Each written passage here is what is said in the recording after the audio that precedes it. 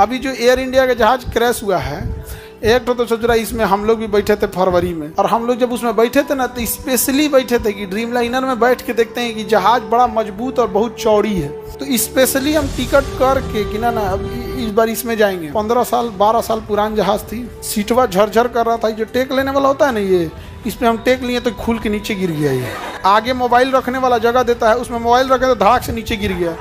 अब भाई जहाज में बैठ के खोजो हमारा मोबाइल के ने गिरल है। अंदर की कमियां है, कोई दिक्कत नहीं, इंजन ठीक रहना चाहिए। ये भैया हम जो देखे तो खराब था, इंजन हमारा देखने ही नहीं देगा। जब रनवे पे दौड़ने लगा ना, जैसे चर चर चर चर आवाज कैसे लगता है, सबके सीट में कुछ ना कुछ दिक्कत, चर चर पर कुछ कुछ कुछ कुछ। हम लोग कह रहे भाई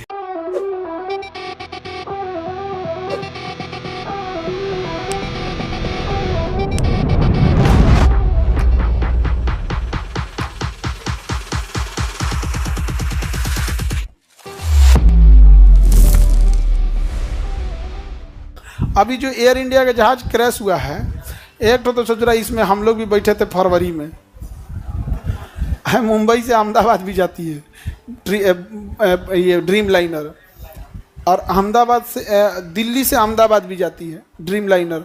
और हम लोग जब उसमें बैठे थे ना तो स्पेशली बैठे थे कि ड्रीम लाइनर में बैठ के देखते हैं कि जहाज बड़ा मजबूत और बहुत चौड़ी है।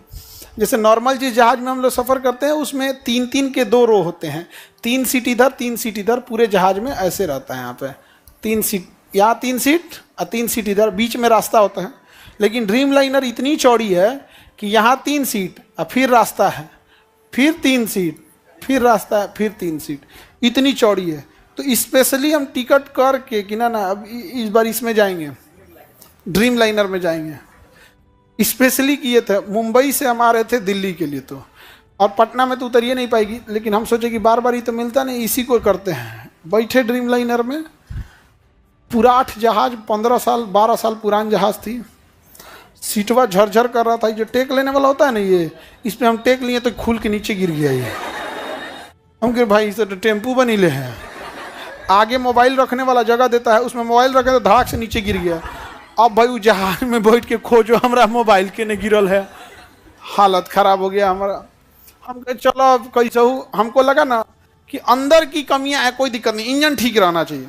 ये भैया हम जो देखे तो खराब था, इंजन हमारा देखने ही नहीं देगा, क्या पता वो सही है कि खराब है यहाँ पे। लेकिन वो में बैठे हैं झरझर झरझर, और जब रनवे पे दौड़ने लगा ना, तो जैसे चर चर चर चर आवाज कैसे लगता है, सबके सीट में कुछ ना कुछ दिक्कत, चर चर पर कुछ कुछ कुछ कुछ। हम लोग कह रहे भाई उड़ाओ जल्दी, उड़ाओ जल्दी उड़ाओ यहाँ पे। और सीट इतना मोटा मोटा, इतना हैवी हैवी, इतना आरामदेह सीट, एकदम हैवी, क्या कहिएगा यहाँ पे। उसमें आदमी बैठे थे हम लोग ड्रीम लाइनर में, और स्पेशली खोज के, अब तो खोज के ना बैठे होंगे। अरे नहीं, उसमें तो अभी कुछ ही दिन पहले गए थे ना। तो उसमें जो जहाज है ना, उसमें 1.25 लाख लीटर फ्यूल आता है। ड्रीम लाइनर जो जहाज है ना, उसके एक विंग की कैपेसिटी है लगभग 65,000 लीटर, और दूसरे विंग की कैपेसिटी है लगभग 65,000 लीटर। 1,30,000 लीटर फ्यूल लेके उड़ता है। और उड़ के कहाँ जाता है? समताप मंडल में। अब पूरे समताप मंडल को प्रदूषित कौन करता है? यही हवाई जहाज। दुनिया का जितना जहाज है सब कहाँ उड़ गया है?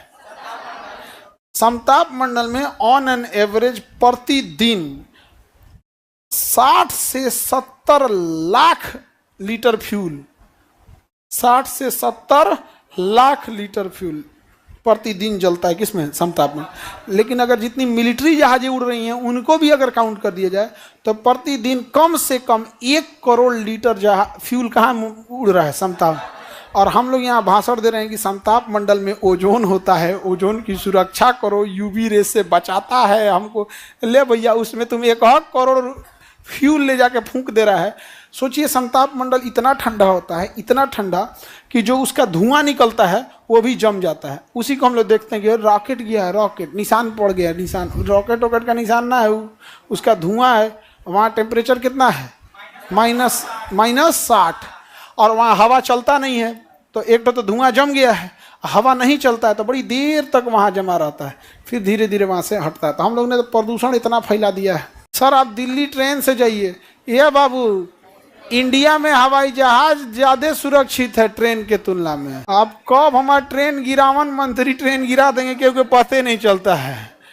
हमारे रेल गिरावन कहिया कौन रेल फेंक देंगे पते नहीं चलता है। एगो दुकान एगो सहबलिया लेके आया वंदे भारत, जय झुनझुन ना कहे वंदे भारत यहाँ पे।